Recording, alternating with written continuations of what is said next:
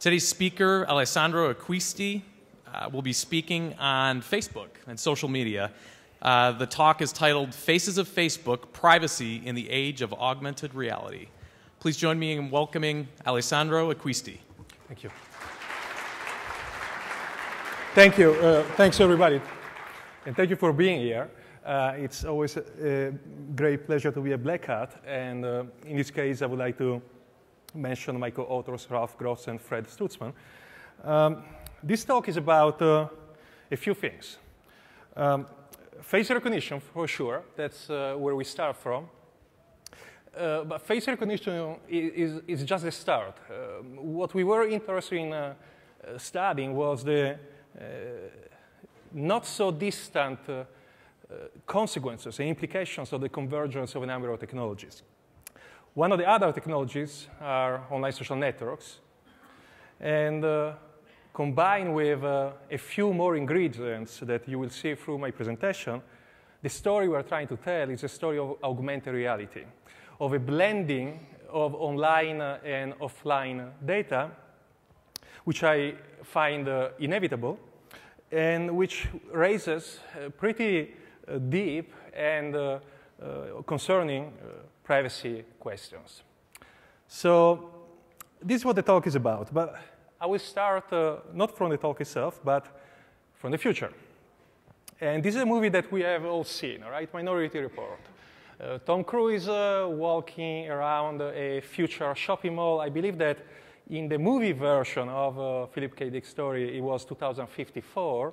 And somehow the advertising is changed and adapted in real time based on a combination of technologies, including face recognition and iris scan. So customers walking in the mall are recognized, advertising is targeted.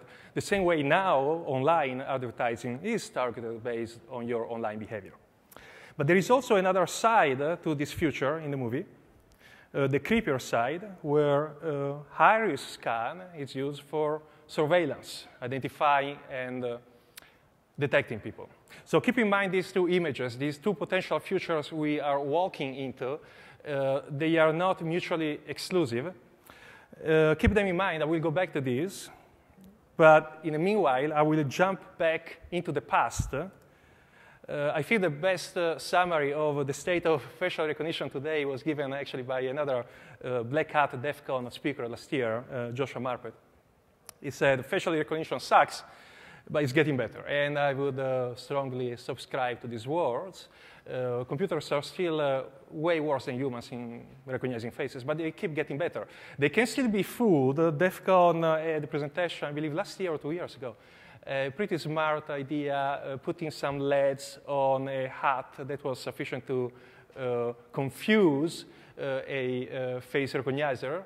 And this was part of the, the badge competition at DEF CON. But that said, granted that face recognizers still somewhat suck, also granted that their first derivative is clear. They keep getting better and better. So research in this area has been going on for more than 40 years. And they keep getting better, so much so that they start being used in real applications. Not just in security, but in fact, also more recently, in Web 2.0 applications. And in fact, if you see what has been happening in the past few months, or at most couple of years, pretty much every startup doing good work in face recognition has been acquired either by Google or by Facebook or by Apple. Google has acquired Neven Vision a few years ago, and then more recently RIA. And then even more recently, PitPat. PitPat is actually interesting because it's the software that we use for our experiments. It was developed not by us, by researchers at CMU, where I'm from. And then pretty much after our experiments were done a few weeks ago, we heard the news that PitPat had just been acquired by Google. Similar story with PolarRose by Apple, and Facebook didn't acquire Face.com, but licensed its technology and started using it in automated tagging and so forth. So there is obviously a very significant commercial interest as well as governmental interest in face recognition. So what are we doing that is potentially slightly new or different? Well, we took this view. I'm a researcher. I'm a privacy researcher. I'm not a face recognition researcher, although Ralph Gross, my co-author, is. We took this view of extrapolating 5, 10 years out what will be possible to do with face recognition, online social network, cloud computing, and statistical re-identification and data mining. So in a way, the mix, the mashup of these technologies, what can create. And this is why. First of all, as already mentioned a couple of times, face recognition keeps improving. The FERET program, Department of Defense program to create metrics for the accuracy and the performance of a face recognizer, clearly shows that even just in 5 years, actually close to 10 years, between 1997 and 2006, there were improvements of around 2 orders of magnitude. If you see the data now, although I do not know that the FERET program has happened recently, but if we see the performance of face recognizers now has gone up as well dramatically. All the while, something which we didn't have much in 2006, not that much, and definitely we didn't have in 1997, was the incredible amount of personal information that you can find about strangers online, and in particular, photos. In 2000, and this is a statistics I found in Science, the peer-reviewed journal. In 2000, there were about 100 billion photos shot worldwide. The researchers who estimated this number did it in a very smart way. They found data for the sales worldwide of camera shots, and then they estimated from that the number of shots which could have been made that year. Almost only a negligible portion of those 100 billion shots made it online. But in fact, 10 years later, only Facebook users in just a month were uploading 2.5 billion photos. Many of those photos were, of course, depicting faces. And many of those faces could be connected to an identity, because either were primary profile photos or they were tagged with someone's name. And in fact, many Facebook users use their real first and last name when they create an account on the network. I'm going to go back to this pretty important issue in a few slides. Other technologies that we are considering this big mashup of which creates the problem, the problems this study is about. Statistical re-identification. So statistical re-identification started, if I had to give a birth date to it, would be probably 1997, when Latanya Sweeney, at the time she was at MIT, and then she moved on to Carnegie Mellon as a professor, she discovered something that, if you look back now, it seems obvious. But truly, at the time when she came out with this idea, was revolutionary. She took people's date of birth, which are personal information, but not unique personal information. She took people's gender, which again is personal information, but not personal identifying information. And she took people's zip code, the address where they live, which once again is personal, but not unique. And combining the three, she found that 87% of American population were uniquely identified by the combination of the three pieces of data. If you imagine this as a Venn diagram, you find out that many of us are indeed uniquely identified by these three pieces of data. This is an example of the power of statistical re-identification to start from data which is not particularly sensitive and create something which is potentially more sensitive, such as your unique identity. The Netflix Prize research by Narayan Eshmatikov was another very famous example. The scholars took data from the Netflix Prize, which had been anonymized, so ratings of movies without the identity of the rater, combine it and compare it to data from the Internet Movie Database and show that they could statistically re-identify a significant proportion, statistically significant proportion of the members of the Netflix set. And then, of course, our own research, 2 years ago, we were here at Black Hat, and we presented a study where we showed that we could predict social security numbers from public data, and in fact, for instance, from online social networks profile. And the story here was that we could start from something personal but not so sensitive, your date of birth and your state of birth, combine it with also publicly available data, such as the death master file, which is a database of social security numbers for people who are dead.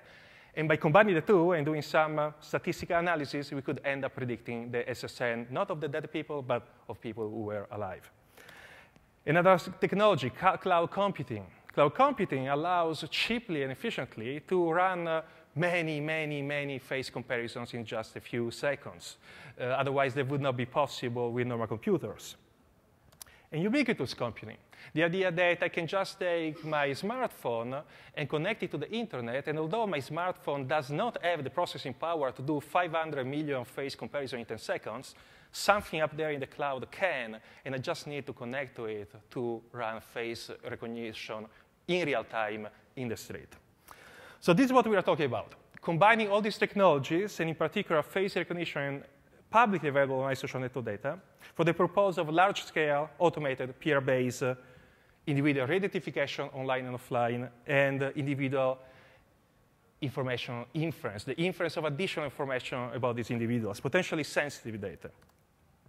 So the taxonomy here I'm trying to go through is that there is face detection. A computer detects a face in an image. There is face recognition. A computer detects and finds another image, another face matching the first face. And then there is identification. The computer is able to give a name to the face in the image. And then there is facial inferences. Not just we give a name, but we tell something more about that person. We start from an anonymous piece of data, your face, and we create something more. So this is how it works in a nutshell. Imagine that there are, as often in the literature on statistical re-identification, two databases, an unidentified database and an identified database. In Latagna's winning example, the identified database was the voter registration list for Massachusetts voters. The unidentified database was a sensitive database of medical discharge data. Obviously unidentified because hospitals wanted to share that information, but they didn't want to share it with the names of the people suffering from the different disease. Latagna showed that you could connect the two. So in our story, the unidentified database could be images that you find on maybe Match.com, a dating site, or maybe Adult Friend Finder, a Dating Plus website, or Prosper.com, a financial site where people look for micro funding, micro loans, and often use photos because some researchers shown that profiles with photos are more likely to get funding. But they don't use their names because they often reveal sensitive information about themselves, such as their credit scores. Of course, unidentified faces are also your and my faces when we walk in the street. To a stranger, we are an anonymous face. And then there are, of course, the identified databases. And I would argue that for most of you in this room, for most of us, there are already somewhere up in the internet identified facial images. They may come from Facebook. If you have joined Facebook, put a photo of yourself and your real name. They could come from LinkedIn.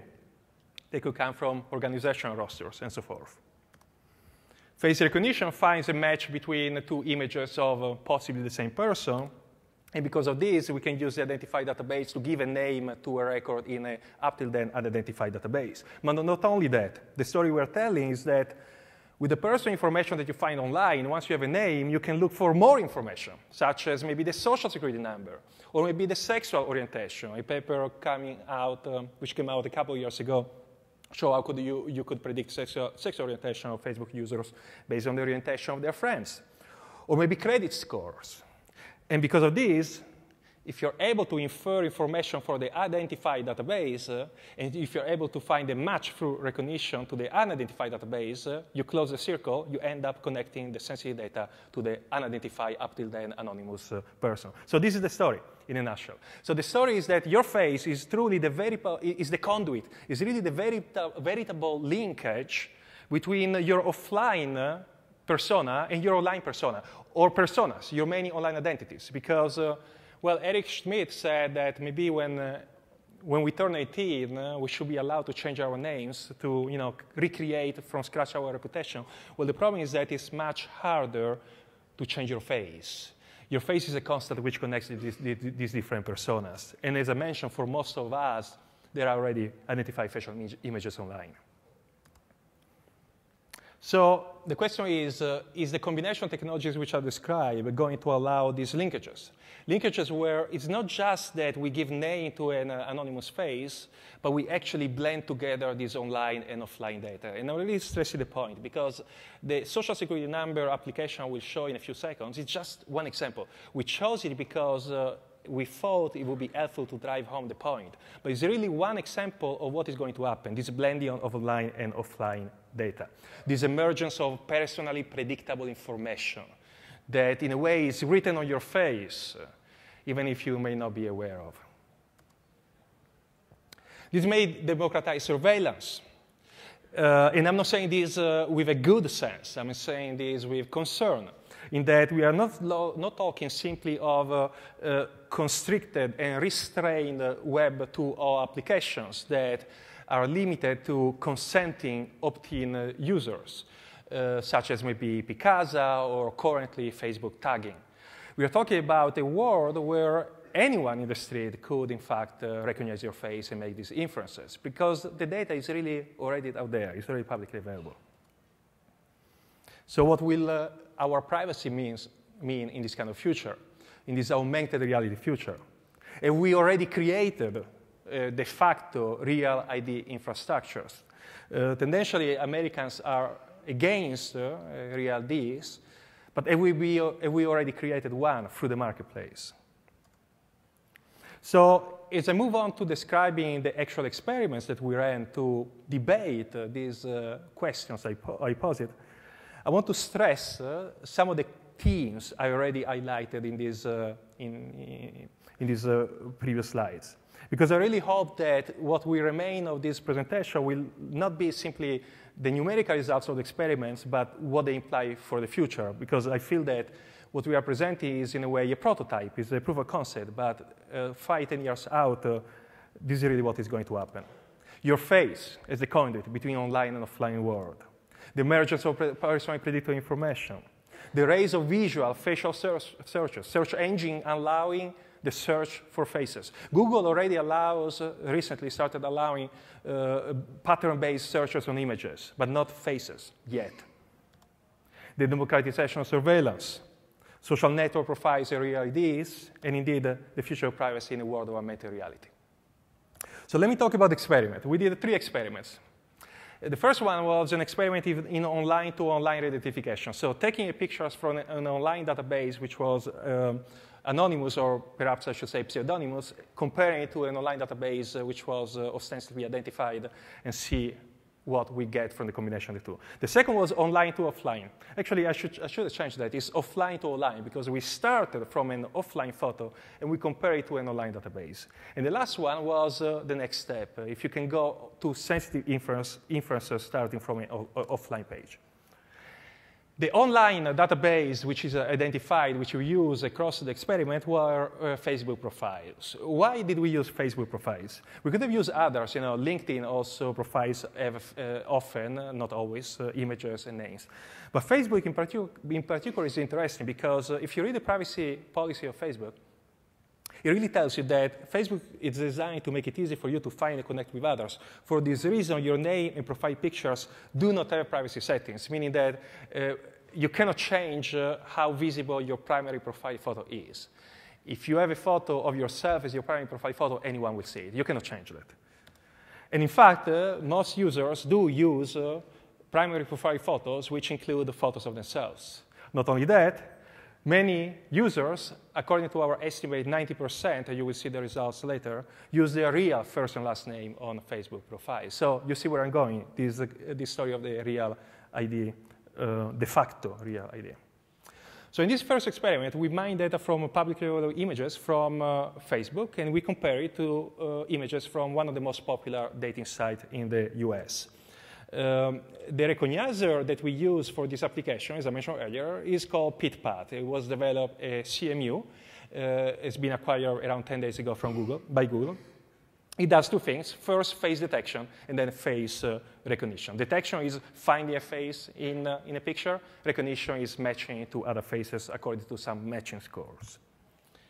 The Facebook profiles were identified. Interestingly, we did not even log onto the Facebook to download these images. We wanted to show, really, that this can be done without even getting into the network. So we use the API of a popular search engine to look for Facebook profiles likely to be in a certain geographical area, so that the only thing which we could access of the Facebook profile was what is publicly available directly on the search engine, which is, for people who make themselves searchable on search engines, so from Facebook, your primary profile photo and your name. By the way, most users do make themselves searchable on search engine, make their profile searchable. It's also the default setting. And as we know from behavior decision research, people tend to stick with the default setting. We had a noisy profile search pattern, so we had to write code trying to infer who were these people in this geographical area in North American city. It used to be a few years ago that this task would have been much easier because Facebook at the time had was actively using regional networks. This is no longer the case. However, we have something such as current location, which we use, plus we use another combination of searches, such as whether they were a member of, for instance, colleges in the same area, whether they were a fan of companies in a certain area, and so forth. Obviously, this is a noisy search. We found, for the city I'm talking about, close to 280,000 profiles, and out of them we found 274,000 images, so only a very, very small proportion of them didn't have any image as a primary profile photo. And PitPath face recognizer detected images in slightly less than 50% of them. So found the so-called templates, so unique identified faces in 110,000, found 110,000 faces or templates. The second database was the dating site, not identified, because people, members of dating site, of course, use photos, but also use pseudonyms. You have to use a photo if you want to go out on a date, because research has shown that if you don't, the chances that someone replies to your invitation out are pretty slim. However, people don't like to put their real name. There is still an element of social stigma. Therefore, people use pseudonyms online in an online dating site. However, because they use their facial, frontal photos, they can be identified by friends who happen to be on the same dating site, or perhaps by strangers. Now, if you had to do this manually, it would be unrealistic, impossible. You would have hundreds of millions of face comparisons to do. So no human being can really take the time of having one browser open on Facebook and the other browser open on the dating site and hope to find matches. But of course, it is not a problem for a computer, especially when you start using the power of cloud computing, because it allows millions of face comparisons in seconds. So for the dating site, we found we use a pattern based on, unlike Facebook, which was based on keyword searches, here was basically on geographical search with the search engine of the dating site.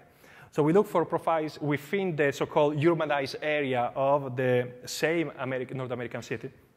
We found close to 6,000 profiles, and the PitPath detected faces for the vast majority of them, close to 5,000. So this is in a nutshell what we did. These are fake images, by the way. I'm not exposing the private data of real dating site users. We start from a dating site image, we compare it to an image we found on Facebook, and we end up finding the Facebook profile, and therefore we give a name to the person on the dating site. Now, the overlap between the two sets is obviously noisy. Why? Because, remember, our search for the Facebook profile was based on keywords, not really geographical search. So it was a little bit noisy. We cannot know exactly the overlap between the two. There is inherent noise. Plus, we also don't know what the ground truth is, in the sense that we don't know exactly how many Facebook users are also members of the dating site and how many members of the dating site are also members of Facebook. So before we actually ran the experiment that I was describing, and here I'm stepping back for a second, we ran a survey online. Actually, we ran two surveys online. One with subjects, users, participants from the same geographical area I'm talking about, and one with a somewhat nationally representative sample, somewhat because I'm presenting this data more as an order of magnitude approximation. And what we asked was questions such as, are you on Facebook? Are you on these dating sites? How long have you been? And so forth. So what we found is that for the people in the city we were studying, all the people who were on the dating site were also on Facebook, although the sample size there was pretty small. Across all our subjects, only a small percentage were on the dating site. Nationwide, we got similar percentages in the sense that 90% of the people who admitted being on the dating site were also on Facebook. And about 4% of all our subjects were on this particular dating site. If we include those who mentioned that they had been in the past on the dating site, the percentage goes up to 16%.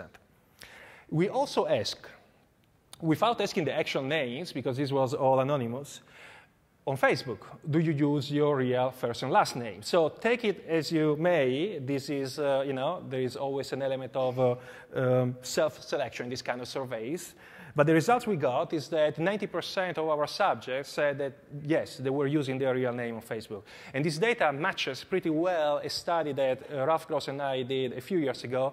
This one was limited on CMU students, and we pretty much got the very same percentage, 89% of users. In that case, we were able to verify the numbers because we could compare the answers to the subjects to the survey to the actual profiles existing on Facebook CMU network. So it seems to be a relatively robust percentage. Notice that PitPat had to do a pretty large number of comparisons because more than 500 million potential pairs, because we were comparing each photo coming from Facebook to each photo coming from the dating site. We conservatively considered focus only on the best matching pair found for the dating profile, meaning that you have the image from the dating profile, and you could have a list of 1,000, long list of potentially matching Facebook profiles. We would only consider the very top, in the sense that the image from the Facebook profile with the highest matching score found by PitPat. The matching scores that PitPat produces are between minus 1.5, which means that totally not a match, like one black image, one white image, to 20, pretty much the same JPEG, the same file. We crowdsourced to Amazon Murray-Tarkers a validation to the PitPat scores because we wanted some external validation. So we basically created a script where we had MTarkers who couldn't know where this data came from. There were no names, of course, attached to the images. They had to rank it on a Likert scale 1 to 5, whether they found that the matches found by PitPat were definitely a match, likely a match, I'm not sure, likely not a match, definitely not a match. We also inserted, as you know, there's been quite a bit of research on using MTark properly because some people on MTark are very good, diligent workers, and some people are just unbelievable cheaters. So there are a number of strategies that we have developed over time, and others have developed over time to cut out the cheaters. In addition to the traditional strategies which are used, such as trick questions before the survey even starts, such as, how many people are in this photo? And then in a small font. The photo contains 3 people, okay, in the small font. You have to choose 4, because if you choose 3, like the number of people you see in this photo, you will not be allowed to take the test. And then we see who is really paying attention to the instruction. All the people who click on 3 saying there are 3 people in the photo, which is technically correct, they're kicked out because they're not paying attention to the instructions. So this is kind of a trick to take out uncareful MTarkers. What we also did, we inserted test pairs, so definitely good matches and definitely bad matches. And if an MTarker got any of them wrong, we would kick that out. In the sense, we wouldn't consider their results in our evaluations. We also had at least 5 graders grade each pair. And pretty much here we have an histogram depicting the distribution of scores by PitPat in blue and the percentage of those potential matches which the MTARKers believe were a sure match in red. So what you see are values basically from 0 to 20, and you can see that most of the action happens in values between 1 and 7. The highest scores are the ones which are sure matches, and in fact, red covers all of that. As you start going down in the scores, the direction of blue increases, because that means that more likely than not, those are not real matches found by the recognizer. At the end of the day, this is what we found. Sure matches, 6.3%. Sure matches plus highly likely matches, 10.5%. What does it mean, sure or highly likely? Sure, if 2/3 of our MTAR graders gave a ranking of this is a sure match. Highly likely if the majority of our graders gave a rating of sure match. So about 1 out of 10 users of the dating sites were potentially identifiable. Now, consider that we only use one single Facebook photo. It's like, as I mentioned earlier, only using the primary profile image coming from a search engine search. We only consider merely the first results found by the recognizer rather than, for instance, the top 10. This is very important because these recognizers can often be faked by some false positives. Sometimes the difference between two images is so little that maybe your real match is the second or the third or the fourth. Here, conservatively, we focus on the first. But next, in experiment 2, we consider an enlarged, different model of attack. And of course, as I discussed later, in the big picture, recognizer accuracy will keep increasing. The second experiment was offline to online. I wrote it correctly here. So once again, we use Facebook images, this time coming from a college network, to identify students who were strolling on campus. The college photos, so the students on campus, we took them with a webcam. So we had students to just stop by, we had set up a desk with 2 laptops in one of the campus buildings. We had subjects who were passing by if they wanted to help us with an experiment. We took 3 shots, and then we asked them to participate in a survey. We compared their shots to Facebook profiles from the campus network. We had 25,000 profiles for a total of 260,000 images. Faces were detected by PitPat in 114,000 faces were detected by PitPat. And the process was this. So the subject would sit at the desk, and as the photo was taken, the subject would start filling out a survey about Facebook usage. Meanwhile, the image was sent up to a cloud service, a cloud computing cluster, where the images were matched, the shot taken were matched against Facebook images. By the time the subject would reach the third and last page of the survey, that page had been dynamically populated with the top best images found by the recognizer. And the participant had to click on, yes, I recognize myself in this photo, or no, I do not recognize myself in this photo. So this is the schematics. We had 2 laptops. One was for the subject who was filling out the survey. The other laptop was for the experimenters, because from here we were sending the image to the cloud and getting back the results. So this is an example. One of my students allowed me to use his photo for this case. This was an unidentified photo. And this is something we found on the Facebook. Are you as good as the face recognizer? Yes, right? You can find quite clearly the photo there. And 93 subjects participating in this experiment. The survey that they filled out tells us that they were all students and they were all Facebook members. And for 31% of them, we did find indeed a match. So 1 out of 3 were identified in this way, including one subject who told us right before starting, "You will never find me." The reason was that he didn't have a photo of himself on Facebook, or so he believed. And this is an interesting story.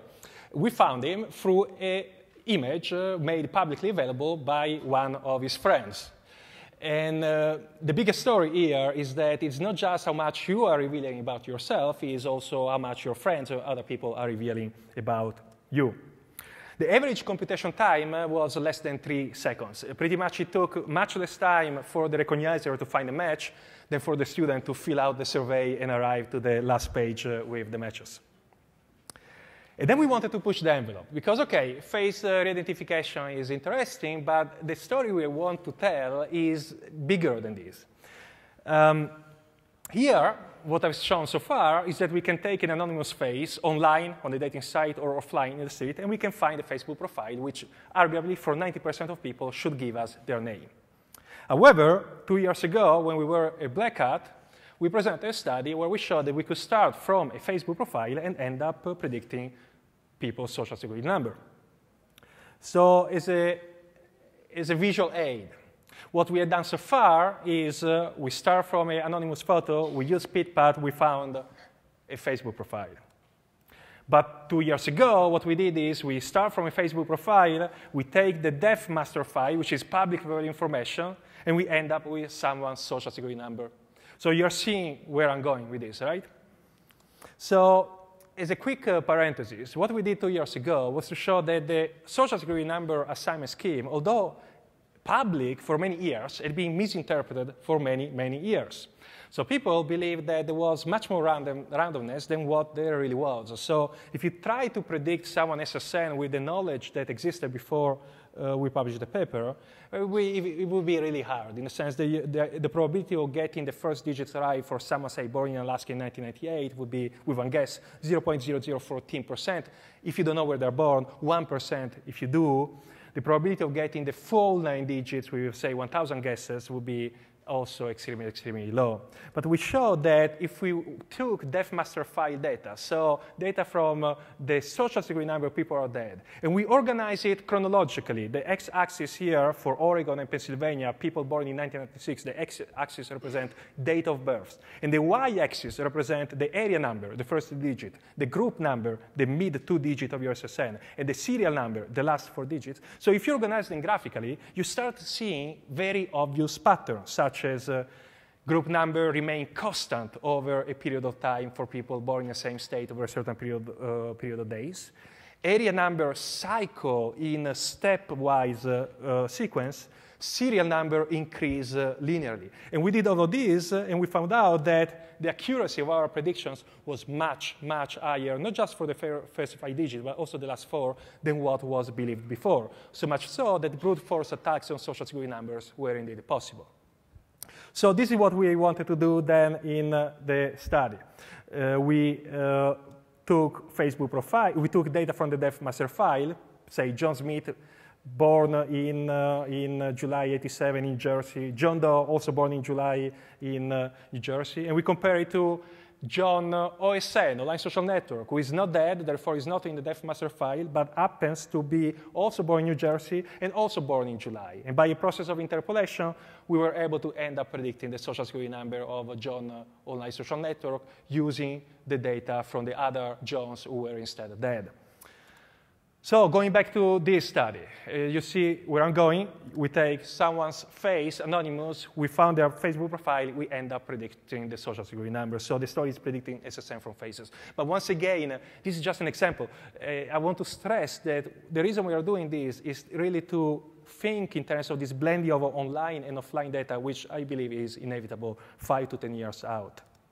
So what we did, we tried to predict from faces, not only the SSN, but also the interest. We also wanted to add something easier to predict and less sensitive. So we asked participants in experiment 2 to participate in a new study. We used their Facebook profile to predict their interest in the personal information. And this is really a picture which tells a story. Like sometimes I say an image is worth 1,000 words. So this is a little script that we wrote to, in a way, visualize Facebook tags. Okay? So this is an image where the tag linking to a certain Facebook ID, so the numbers you see, corresponds to a certain face. This is pretty much what happens when you are tagging people on Facebook. You are effectively creating these boxes with numbers on it. We are visualizing it, because the story we want to tell is that these red boxes is what Facebook puts, actually what you put through tagging. The white box is what our identifier found. For instance, found a match for this face. And because we have the tag information, we can find her profile, and from there we can find the person information. So we call back the participants of experiment 2. Not all of them wanted to participate in the new participant because some were understandably slightly freaked out by the study. Although we put all possible safeguards in place, all studies were IRB approved. No face and no SSN was harmed in the process of doing these experiments.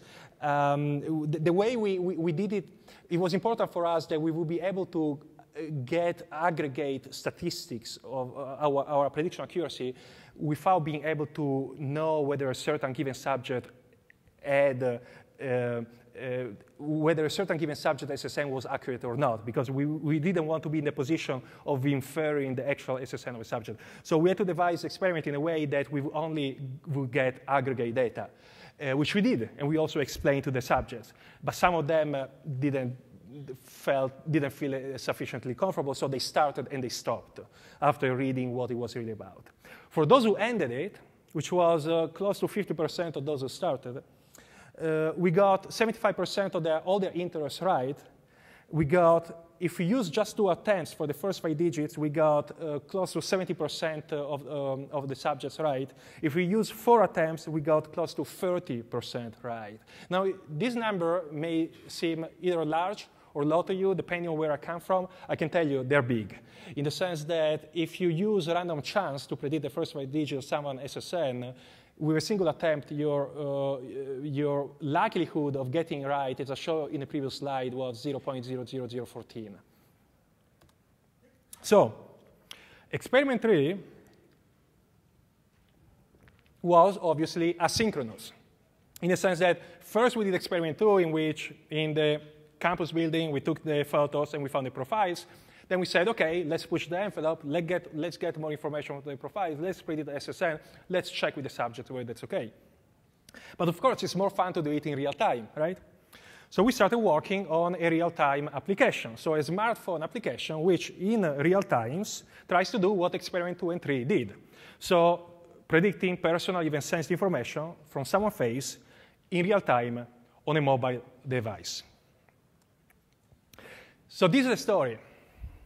And forgive me if maybe by now this story should be completely obvious, but because it's so important to me that not only the numerical results come out of this, but really where we are going, I thought about using a graph. The term data accretion is a beautiful term that I found first in Paul Holm. Many of you know Paul is a law scholar, an expert on anonymity, University of Boulder, Colorado Boulder, and talks about data accretion to refer to this domino effect, where you start from a piece of data A, and then you infer data B. From B, you can infer C. From C, D. From D, E. And eventually, you discover something very sensitive, such as the social security number, even though you started from something very innocent, such as an anonymous face. Each step is obvious, but when you consider them as a whole, it's surprising.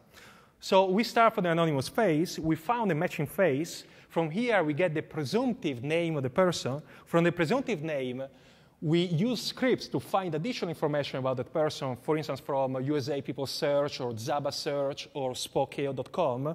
From this information, we then use something else to predict very sensitive information, such as social security number, which you can then reconnect to the original anonymous face. So the matching face, as I mentioned earlier, can come from LinkedIn or from Facebook profiles. The presumptive name, not always is so trivial, not always is so easy. If you find a LinkedIn profile, a matching image from a LinkedIn profile, you're pretty sure that you also have found the name of the person. If you find a matching photo from Facebook, the story is a little more complicated than what I've told you so far. I've been hiding some important details, such as the following. The fact that if you find a face on a Facebook profile, you not always know whether it's the face of the owner of the profile or of a friend. Imagine this photo. Let's say that I find a match for the girl on the left. And this is the only photo I can find for a certain given profile. It's the primary profile photo of Mary Johnson. Is that Mary Johnson? I do not know, because I cannot access additional photos about her. So how do we deal with the identification of the name started from a matching photo? Well, It's not obvious, so we try to write some algorithms for that, and then we tested the performance of the algorithms against human beings.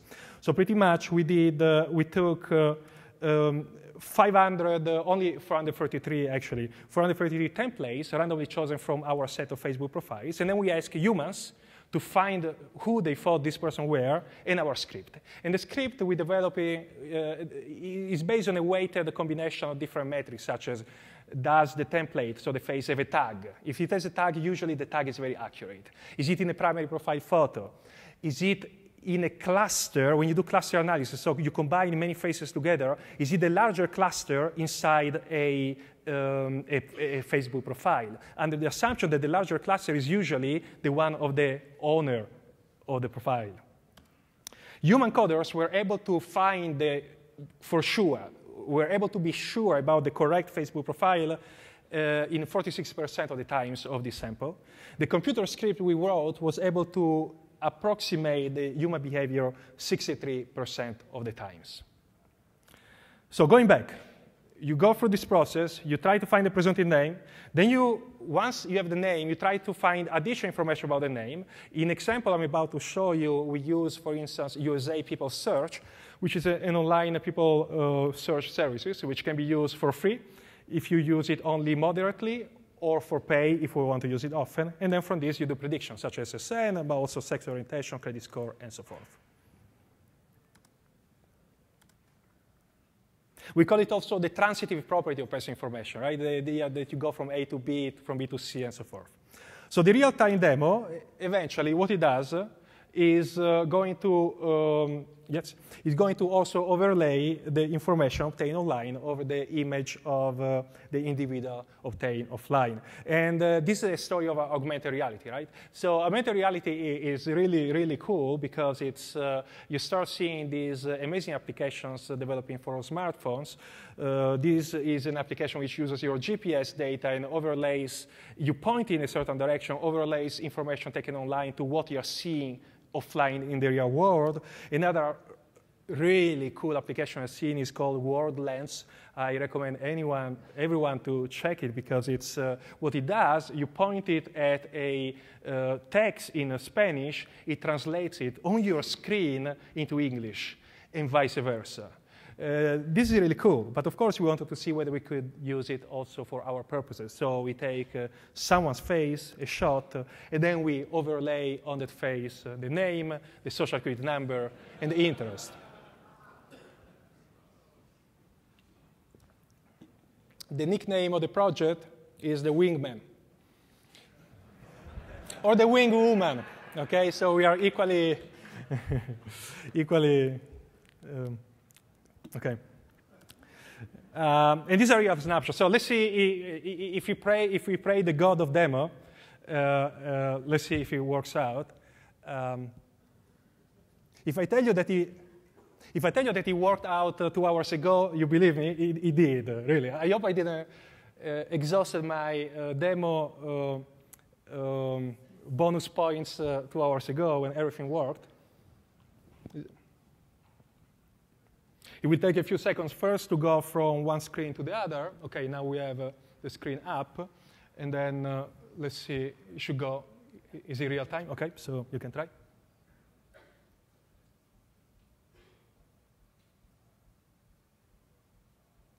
Thank you. So what is happening now is that oh God, I need some sleep.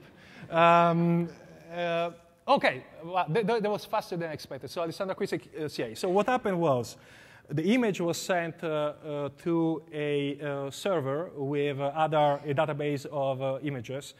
These images are coded with names. Then the server looked for the name online and queried a service called USA People Search, where it correctly found that my first residence in California was, my first residence in the United States, and where I got my SSN was California. Thankfully, it didn't find when, so you can see that the date of birth is empty, and therefore there is no prediction for the SSN. Can I?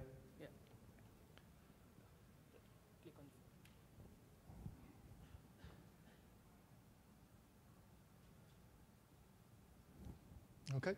You look better than me, way better. And in the case, Nitin, okay. In the case of Nitin, instead, this is a real social security number, so people, you can go ahead and apply for credit cards right now on Nitin's name. Actually, it's not, because in a room full of you, we didn't want to do it the real way, so we cheated with the last step.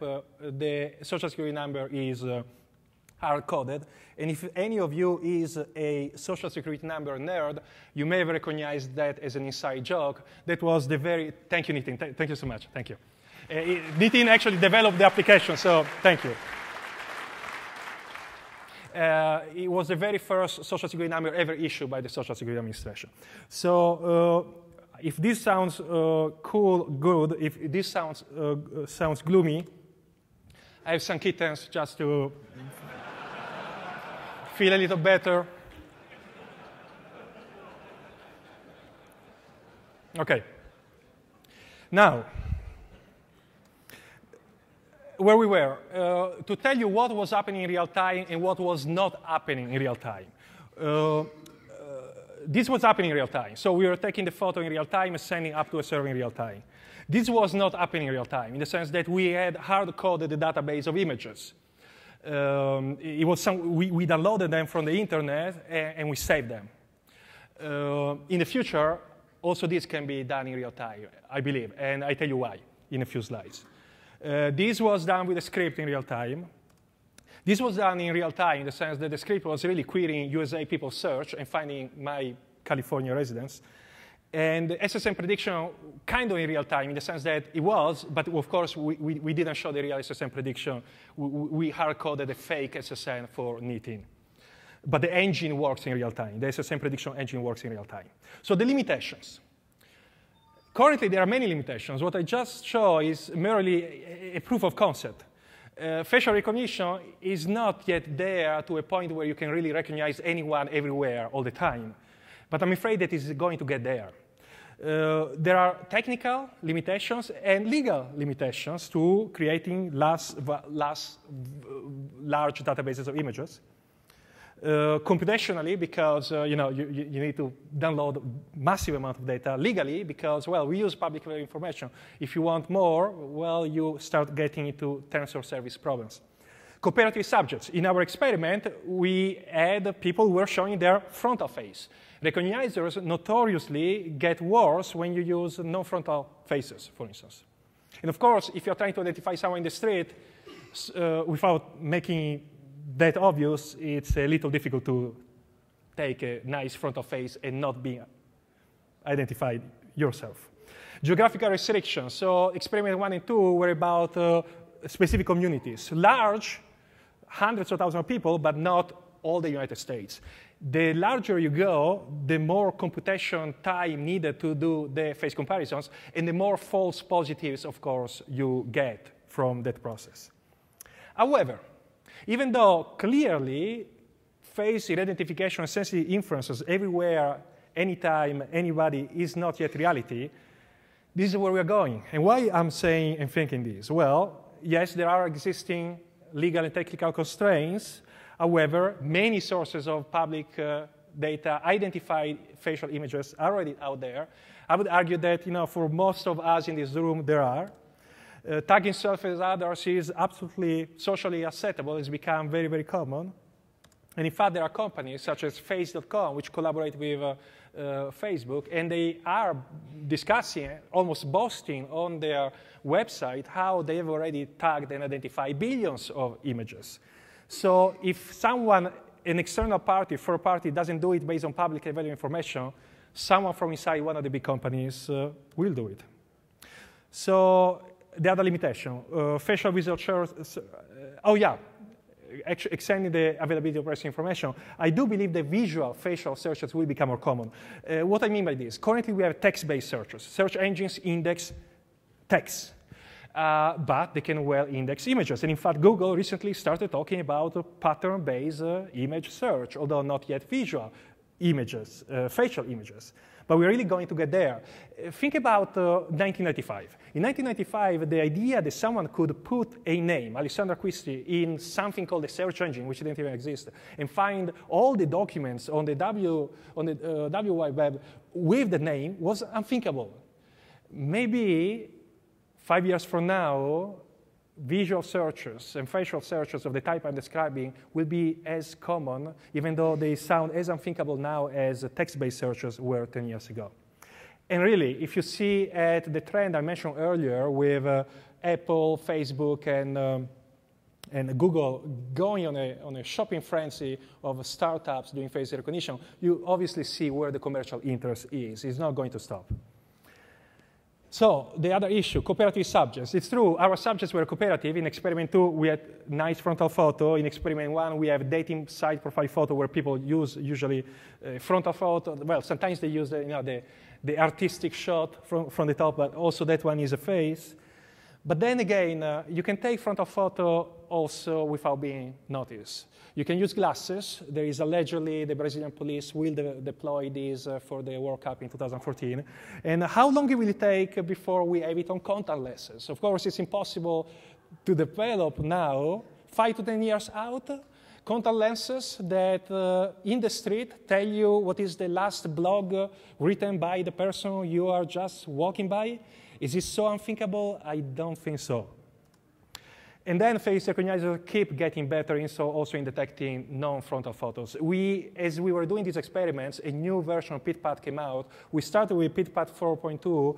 We got PitPat 5.2. We noticed just in the space of 10 months of development of PitPat a dramatic increase in the ability of the recognizer to detect and recognize side photos.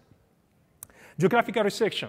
The point that we were using a specific hundreds of thousands, but nevertheless specific community, while if you want to do it on a nationwide scale, hundreds of millions of people, the computation time increases and the number of false positives increases. This is absolutely true, although also cloud computing keep getting faster and larger. More RAM means larger database you have available to analyze, as well as if the accuracy keeps increasing, the number of false positives keeps decreasing. By the way, something else that we discovered as we were doing these experiments was the following.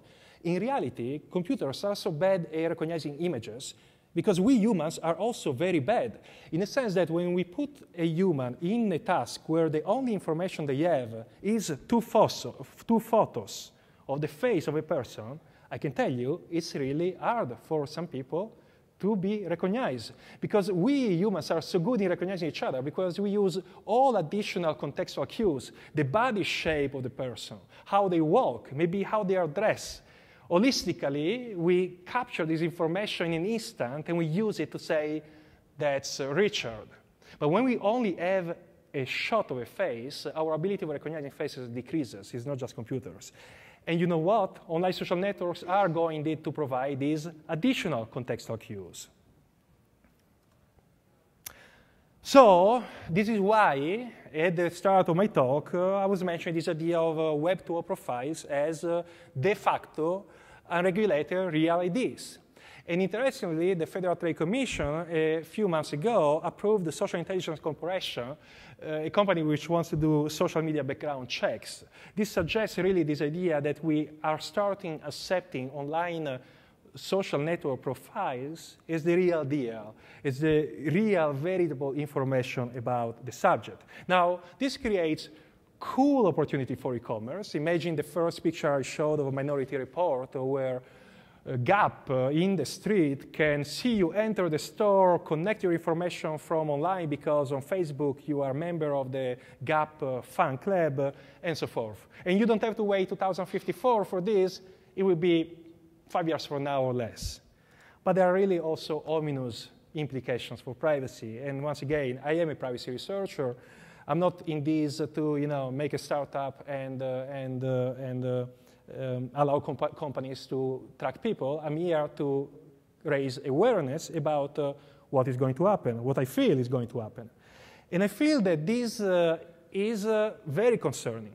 And the reason is that if you consider the literature on privacy, in fact, also the literature on anonymity, well known by most of you in this room, we are told to expect that anonymity loves crowds.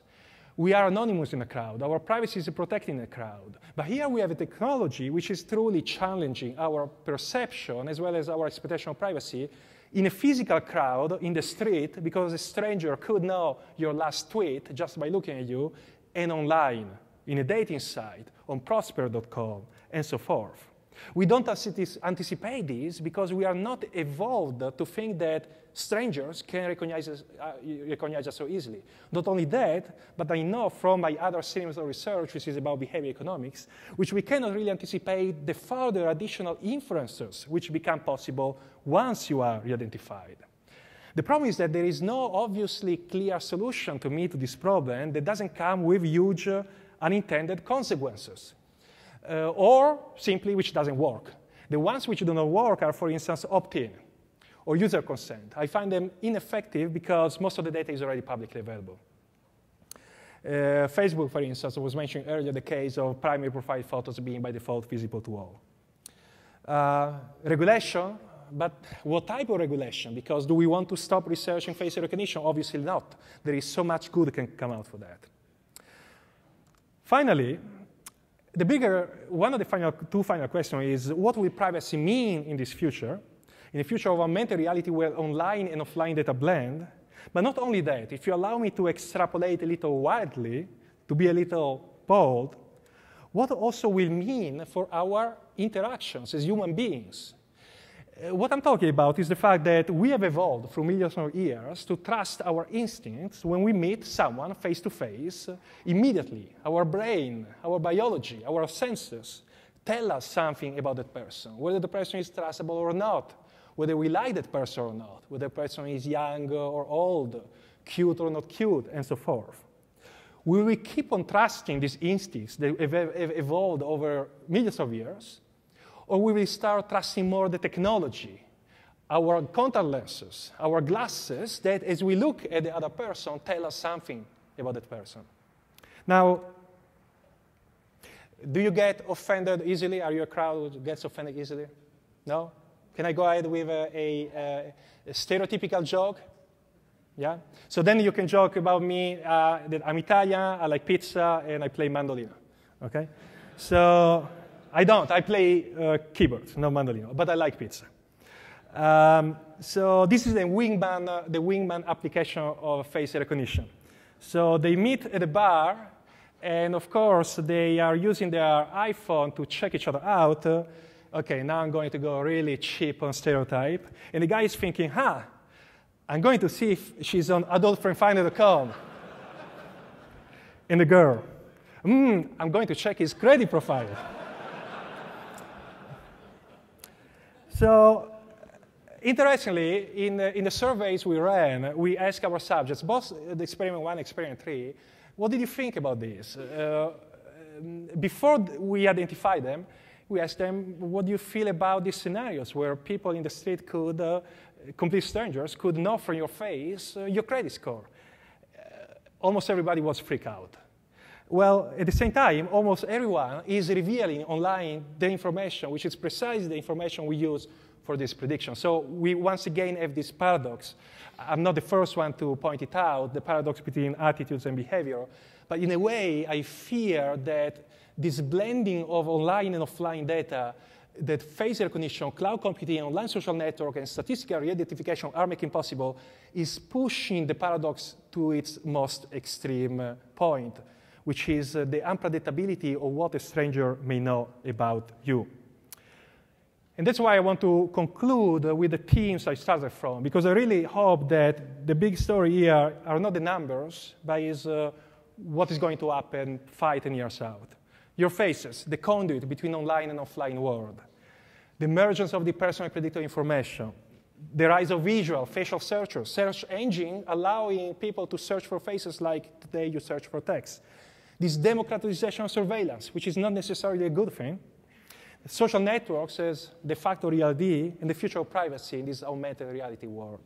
So let me conclude suggesting that of these two futures we started from together 1 hour ago, one is definitely creepy. Perhaps both are creepy, in the sense that personally I don't want to live in a world if I had a choice, where anyone, like in Cheers, like in the bar, can know my name. If I go in a bar, I like them knowing my name, if they're my friends. Not everyone. But we don't know which kind of future we are walking into, but we should better be prepared, and this is why we are doing this kind of research. And I want to thank National Science Foundation, US Army Research Office, Heinz College, Carnegie Mellon Cell Lab, and Berkman Fund at CMU for supporting this study. There was a little army of RAs who helped with this work, and Nitin here represent them, and thank you again. I want to thank you very much for being here today. I'm asked to ask you to sign up the forms. And if you want any more information, you can Google economics privacy, you find my site. I thank you very much for being here today. Thank you.